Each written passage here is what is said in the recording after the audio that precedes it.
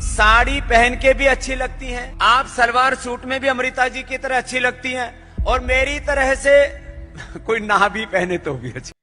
Hello अस्सलाम वालेकुम viewers, कैसे हैं आप सब। उम्मीद करती हूँ सब खैरियत से होंगे। जहाँ रहें खुश रहें, हंसते मुस्कुराते रहें और अपनी प्यारी प्यारी सी मुस्कुराहटों को हर तरफ बिखेरते रहें।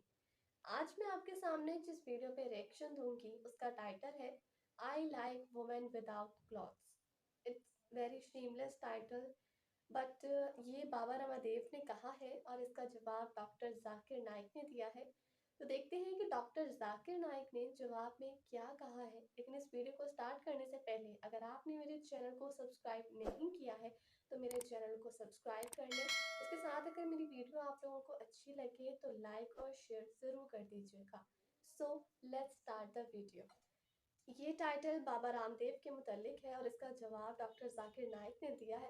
तो देखते हैं कि डॉक्टर जाकिर नाइक ने जवाब में क्या कहा है। के चेहरे पर मैं देखना चाहता हूँ, आप हैं बहुत खुश नसीब हैं आप, बहुत अच्छी लग रही हैं। सामने वालियों को साड़ी पहनने का मौका मिल गया, पीछे वालियों को मिला ही नहीं। साड़ियां अपने झोले में पैक करके लेके आई थी, वो इस सुबह योग किया, उसके बाद इंडिया टीवी का कार्यक्रम शुरू हो गया, उसके बाद अब दोपहर वाला शुरू हो गया, अब घर जाके पहन लेना, कोई बात नहीं। आप साड़ी पहन के भी अच्छी लगती हैं, आप सलवार सूट में भी अमृता जी की तरह अच्छी लगती हैं, और मेरी तरह से कोई ना भी पहने तो भी अच्छे लगते हैं। हम तो लोक लज्जा के लिए पहन लेते हैं। बच्चों को कौन कपड़े पहनाता। बात हुई, मतलब किस तरीके से ये बात कह दी है इन्होंने, और बाकी जितने भी ऑडियंस बैठे हैं वो मुस्कुरा रहे हैं, हंस रहे हैं, और मतलब कोई रिएक्शन नहीं है उन लोगों का। मतलब इतनी इतनी अजीब बात उन लोगों ने ऐसा खुलेआम बोल दी है। तो यहाँ पे अगर कोई और होता या कुछ भी होता तो अब तक आई थिंक बात कहाँ से कहाँ पहुंच चुकी होती, मीम्स बन चुकी होती, रील्स बन चुकी होती। था पहले, हम तो 8-10 साल तक तो ऐसे नंगे घूमते रहते थे। भाई रामदेव को बिना कपड़ों को ही लड़कियां अच्छी लगती हैं। अब तो बयान सही भी हो गया। अब कहा तकलीफ बेशर्मों को, ये बेशर्म दलाल लोग पहले खुद कहेंगे बिना कपड़ों की महिला अच्छी लगती है, बाद में कहेंगे मैं नहीं हो गया वो होगा। देख नंगापन और वेश्यापना बहुत आम था।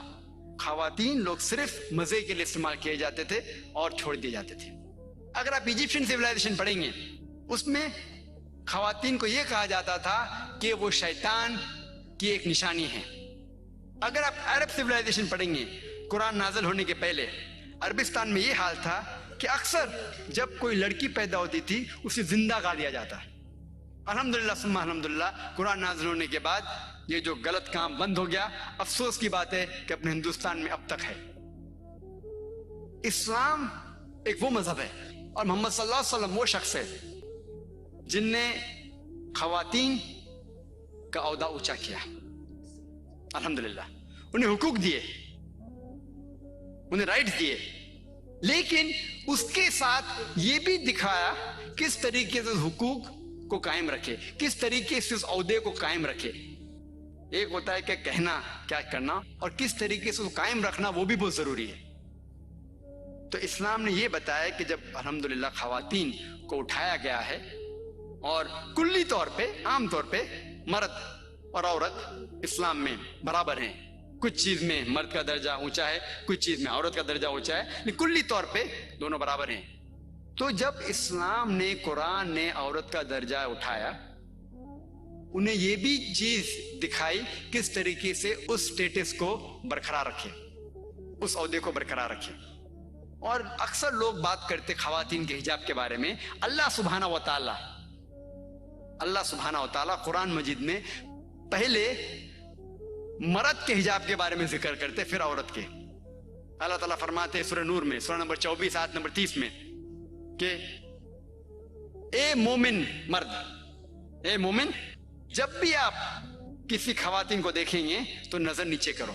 उसका मतलब जब भी कोई मर्द खातून को देखता है और कुछ भी गलत ख्यालात उसके दिल में आते हैं, इमीडिएटली कुरान का हुक्म है कि नजर नीचे करो।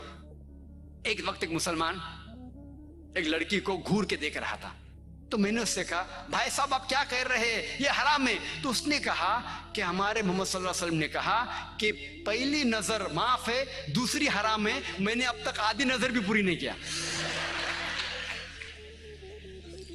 तो मोहम्मद सल्लल्लाहु अलैहि वसल्लम हदीस में फरमाते हैं कि पहली नजर माफ है, दूसरी हराम है। उसके मतलब ये नहीं कि अब 10 मिनट तक के लड़की को घूरते रहो बिना पल के झपकाए और कहेंगे कि नजर पूरी नहीं है। मोहम्मद सल्लल्लाहु अलैहि वसल्लम कहना यह था कि अगर आप अनजाने में कोई खातून को देख लेते हैं, लड़की को देख लेते हैं, तो जानबूझ के उसके तरफ फिर से मत देखो। उसके खूबसूरती को देखने के लिए जानबूझ के वापस से मत देखो।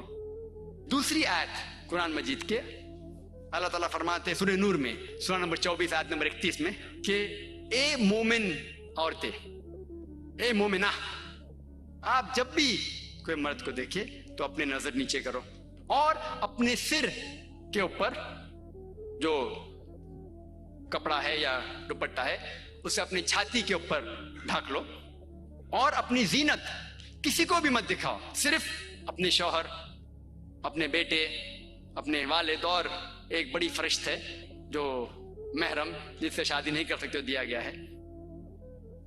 आमतौर पे हिजाब के लिए 6 फराइद है, 6 नुक्ते हैं, 6 पॉइंट्स है। नंबर 1, एक्सटेंट औरा, जो मर्द के लिए है कम से कम नाक से लेके घुटने तक, और खवातीन के लिए पूरा जिस्म ढका रहना चाहिए। सिर्फ जो दिख सकता है वो चेहरा और हाथ। कुछ उलमा कहते हैं ये भी ढका होना चाहिए। बाकी 5 बातें खवातीन और मर्द के लिए यकसा है। दूसरा पॉइंट, जो कपड़े वो पहन रहे हैं वो इतने पतले नहीं होना चाहिए ताकि कोई उसके आर पार दिख सके। तीसरा पॉइंट, ऐसे कपड़े, चुस्त कपड़े नहीं होना चाहिए जिससे जिस्म का ढांचा दिख सके।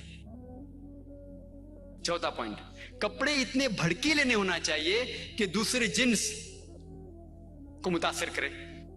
5वां पॉइंट, कपड़े गैर जिन्स के, औरत मर्द के कपड़े ना पहने और मर्द औरत के कपड़े ना पहने। और छठा, कि कोई गैर मुस्लिम के कपड़े ना पहने जो उसकी निशानी है। ये 6 पॉइंट है हिजाब के, 6 नुक्ते हैं, 6 फराइज है हिजाब के।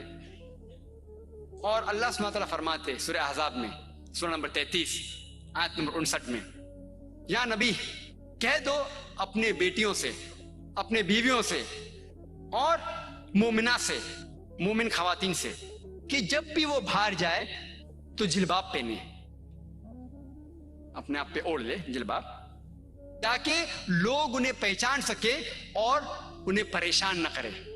People will not molest them, क्या लोग उन्हें पहचाने और उनकी इज्जत से न खेले। मिसाल के तौर पे अगर दिल्ली के सड़क पे मिसाल के तौर पे 2 जुड़वा बहन जो बहुत खूबसूरत है, हूबहू खूबसूरत है, बहुत खूबसूरत है, 2 जुड़वा बहन चल रहे हैं दिल्ली के सड़क पे।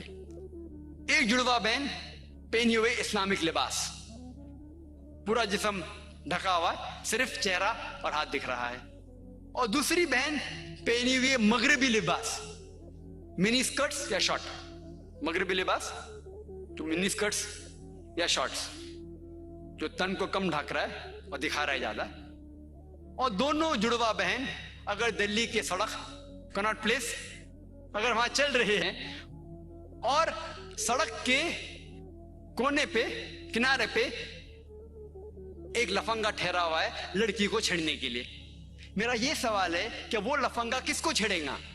वो बहन को जो इस्लामिक लिबास पहनी हुई है, हिजाब पहनी हुई, क्या वो बहन जो मगरिबी लिबास पहनी हुई है किसको छेड़ेगा? जो मगरिबी लिबास पहना हुआ है। कुरान सही कहता है कि हिजाब खवातीन को महफूज रखता है और इज्जत बरकरार रखता है। और इसके बाद इस्लामी शरीयत ये कहती है कि अगर कोई आदमी किसी औरत का बलात्कार करता है, जबर ज़िना करता है, तो उसके लिए सजाए मौत, डेथ पेनल्टी। बहुत से गैर मुस्लिम कहेंगे सजाए मौत, आज की तारीख में 21वीं सदी में सजाए मौत, कितना बेदर्द दीन है ये इस्लाम, कितना नागवार दीन है।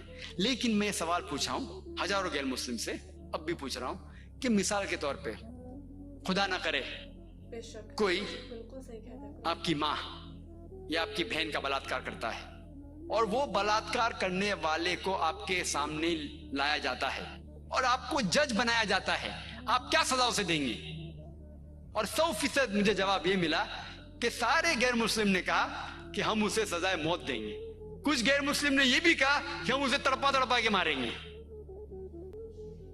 तो जब आपकी कोई वालदा या आपकी बहन का बलात्कार करता है, आपको उसे सजाए मौत देने का है, दूसरी किसी बहन का बलात्कार करता है, आपके सजाए मौत गलत है।